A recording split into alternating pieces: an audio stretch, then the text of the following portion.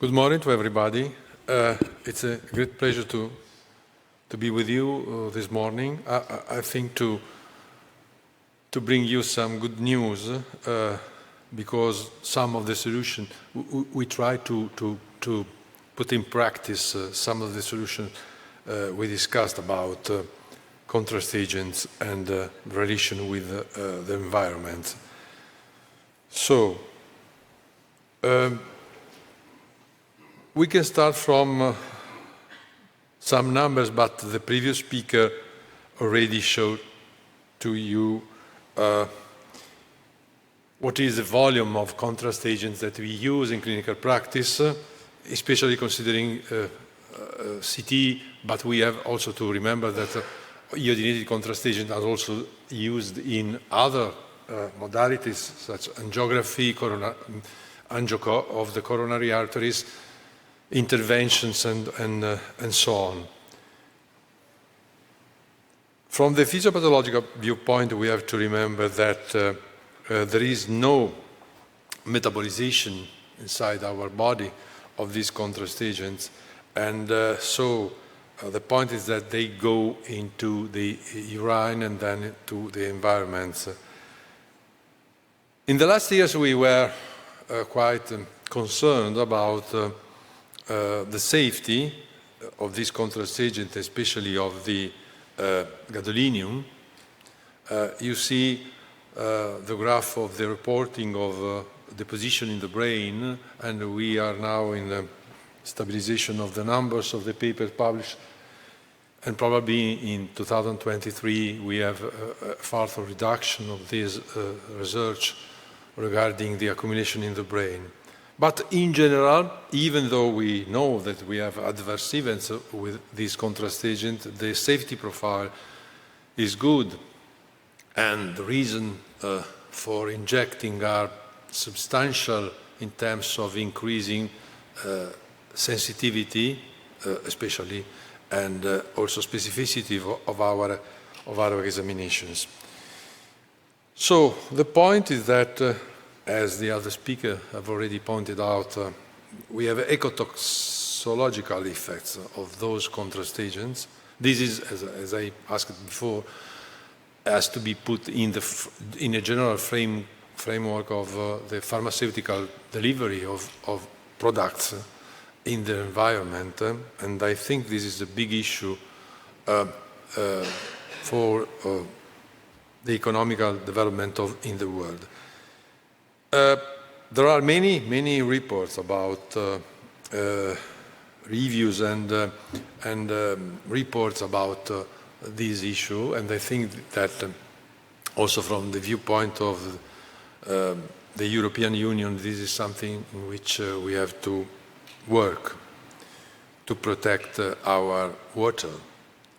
So the point is that both ionated contrast agents and gadolinium-based contrast agents are a reason for concern.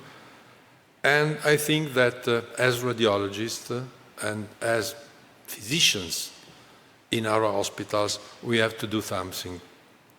So we started with this project that is the Green Water Study, trying to appraise the extent of retrievable contrast agent from patients' urines collected after CT and MRI examination.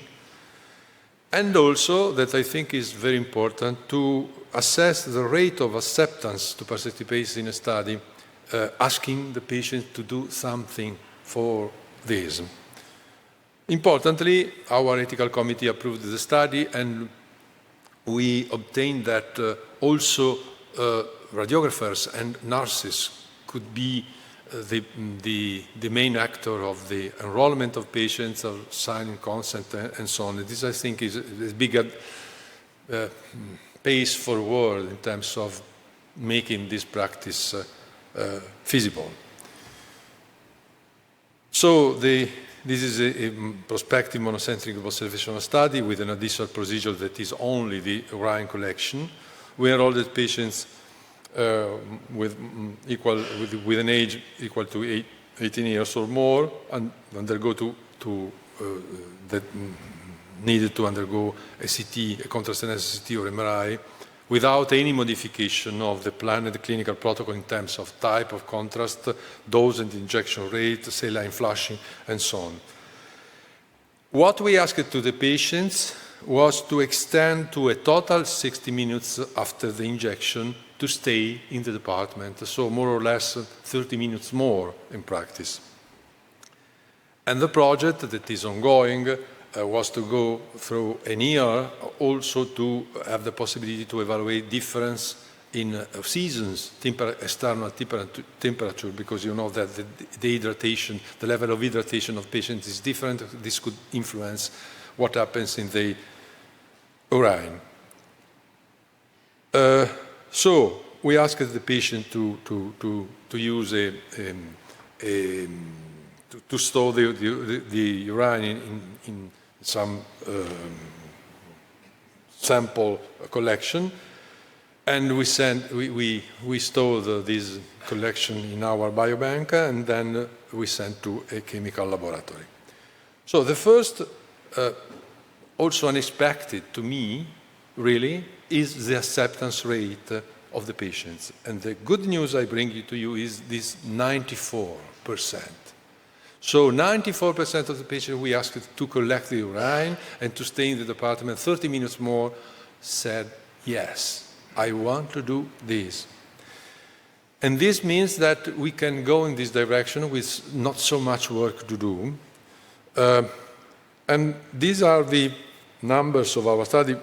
We plan to enroll 100 patients, so we are at the beginning or something more than the beginning.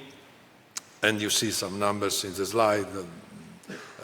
We started early in the morning up to 4:30 minutes p.m. because thereafter there is no access to the biobank. So these are problems that could be solved in the future. And the observational time range was from 5 minutes to 132 minutes, and the volume of urine from 4 millimeters to 1,200 milliliters.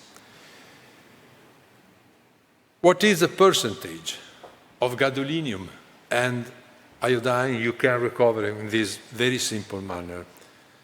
Is not the total amount, obviously, but is relevant because what we had is a mean of 50%, 51%, 50% of the iodine retrieved, and a mean of 14% of gadolinium. There are many. We are reasoning and working about how to explain the difference that is determined by the volume, but many other factors can contribute in this. But this means that with only 30 minutes, you can recover at least 50% of the iodine and a certain fraction of gadolinium.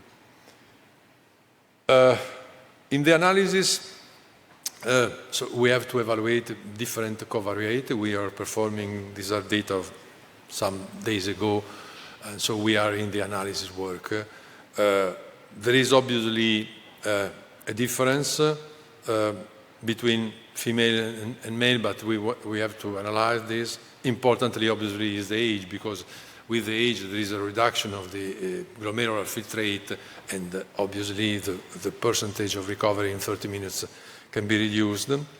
But what is the point is that there is no influence in this preliminary data from the injected volume, no influence of the concentration. There is an influence for the iodinating of the saline flush, and obviously there is a difference of the observational time range. That means that we are discussing about this, that probably if we prolong from 30 minutes to 1 hour more, we can collect more gadolinium and more ionated contrast agents. So the important point of this study, of this preliminary data, is that patients want to cooperate in this mission. And I think this is a very good news for the producers of gadolinium, for the hospital in general, is an indicator of a high sensitivity of the patients to this. And what is unexpected in a city like Milan in Italy, in which you can think about the people. Time is money, people 30 minutes have to go to the work, to go to the children, and so on. This is not true. This is not true. The reason for which some very rare persons refused are trivial. So people is happy to dedicate 30 minutes of their time to save the environment. And this is something that we cannot discard. We have to use this availability of the persons. And prolonging 30 minutes to a total time of 1 hour, we can recover 50% of the dionylated contrast agent. Gadolinium is a more difficult issue, but I think that there are many solutions we can put in practice. The first is to have dedicated toilets for the patients in order to not to give them the vial or other technical issues, but to have dedicated toilets. So we have to learn something from nuclear medicine, no? In the future, in planning also new department. But the solution can be also easier because you can use some kind of fits of device to be put near in the toilet, near the usual toilet in our hospital, and something can be done also giving the bags. But I think that we can, if we do the job in the hospital, we can obtain more without big problems. Another big issue that we up to now we did not try to solve is what happens with patients that are inpatients, not outpatients. To be honest, this is a particular issue because to manage the urine of patients that are in the hospital is different also from the legal viewpoint because there is a problem of potential infection. So is another issue, but I think also this can be tried to be solved. So it's true, and I agree with one of the previous speakers, then it's differently from other pharmaceutical delivery in the water. This is something that happens in a specific place that are the place in which we inject the contrast, and is there that we have to act for making the best we can do for our environment. Thank you for your attention.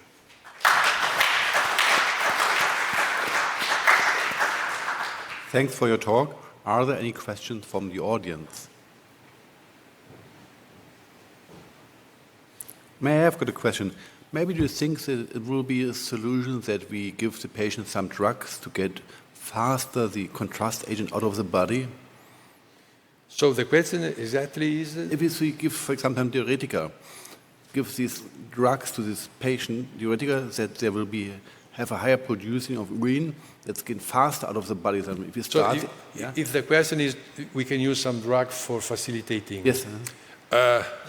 Obviously, you can use furosemide or also other diuretics. This could be a solution, but I think, to be honest, also being now the president of the ethical committee, I think that this is something that could face some difficulties in ethical issue because you have to distinguish patients in which you can inject some new drug, patients in which you cannot. So I think this could be something that became complicated in the clinical practice to define who are the patients in which you can use this.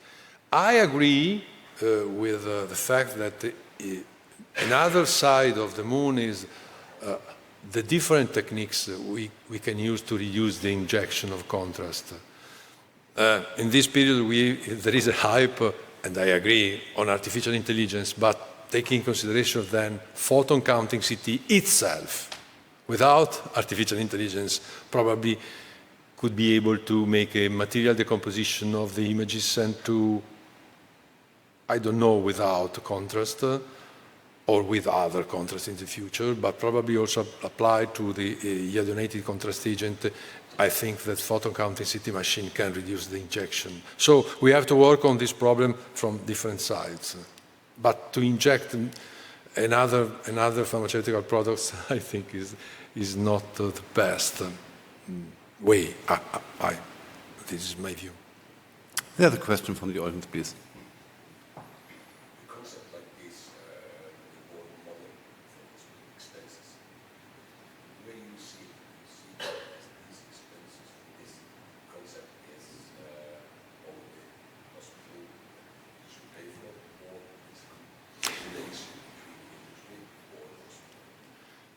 I have not a precise answer, but my feeling is that considering what happened in the last years to the cost of the iodine, a recycling economy is the solution. So there is some problem due to the fact that the iodine we injected is the property of the patient.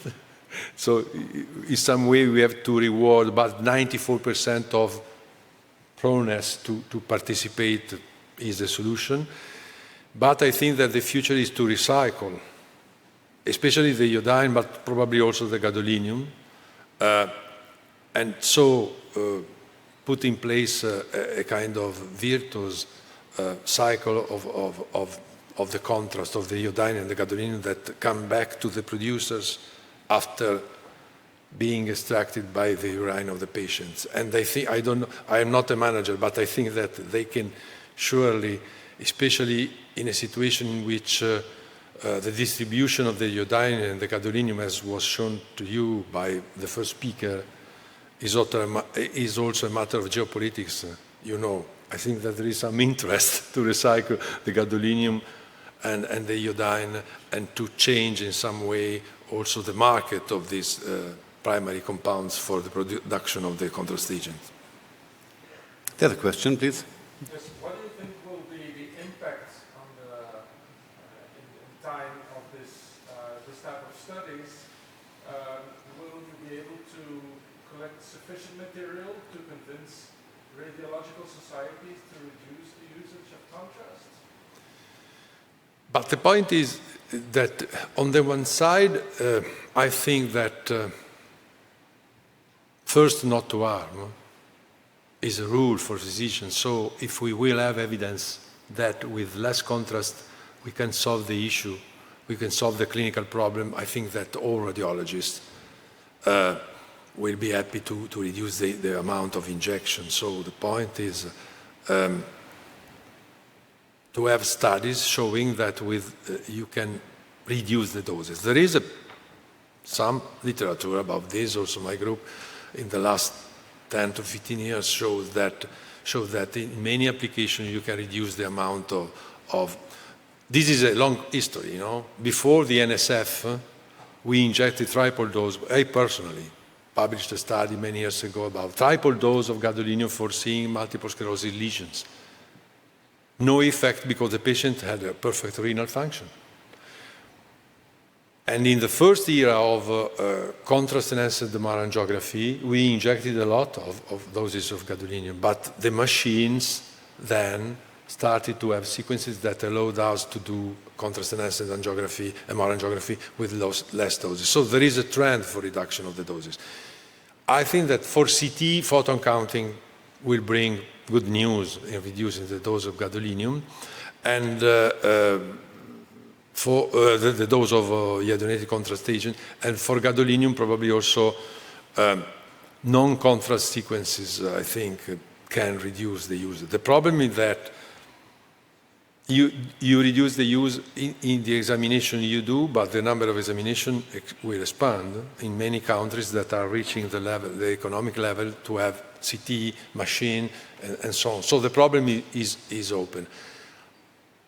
If we have evidence, I think that the doses will be reduced, but the amount of gadolinium and iodine used will increase. So we have to work on the side of recycling. Recycling is the only way, because I don't think that the solution is to go to incineration of the urine, but the goal is to recycle.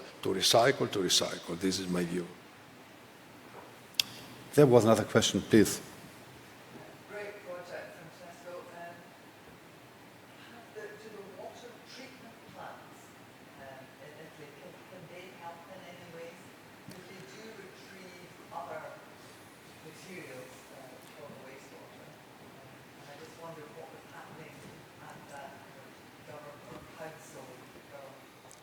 They are working on this, and I think that this could be done, but I'm not a specialist in chemical issues, but for what I've understood, the point is that it is easier to do this on the urine of the patients than on the whole effluence of water. So I think that to gather the urine of the patient is the main mission in our hospital. And then I think that someone, for making money or for other reasons, will be able to start with the recycling. It's a matter of cost, you know, but I think that there is space for recycling both iodine and gadolinium from the urine of our patients. So there is some business also to do, I think, in this. Are there any more questions? There's a question, please. I was wondering if there is difference between different gadolinium-based contrast agents, which would, go to the urine quicker. So your question is exactly, I didn't understand exactly what is the question? But there are the different brands of MRA contrast agents. Yeah. So was there any difference between the different ones? Yes, this is a crucial question. We have no sufficient data for making this analysis at this point of the study. When we have 800 patients, probably we can do this. But while there are some important chemical reasons we are discussing on for the difference between gadolinium and iodinated contrast agent, I don't think that within the contrast agents in the family of gadolinium and the family of iodinate there is big difference among them. But I don't know. Up to now, I cannot answer. I think that was a good last word, so we stay in time. I would like to thank all the speakers for their fantastic talk, and for you, I would like to have a great conference. Thanks, and enjoy your day, please.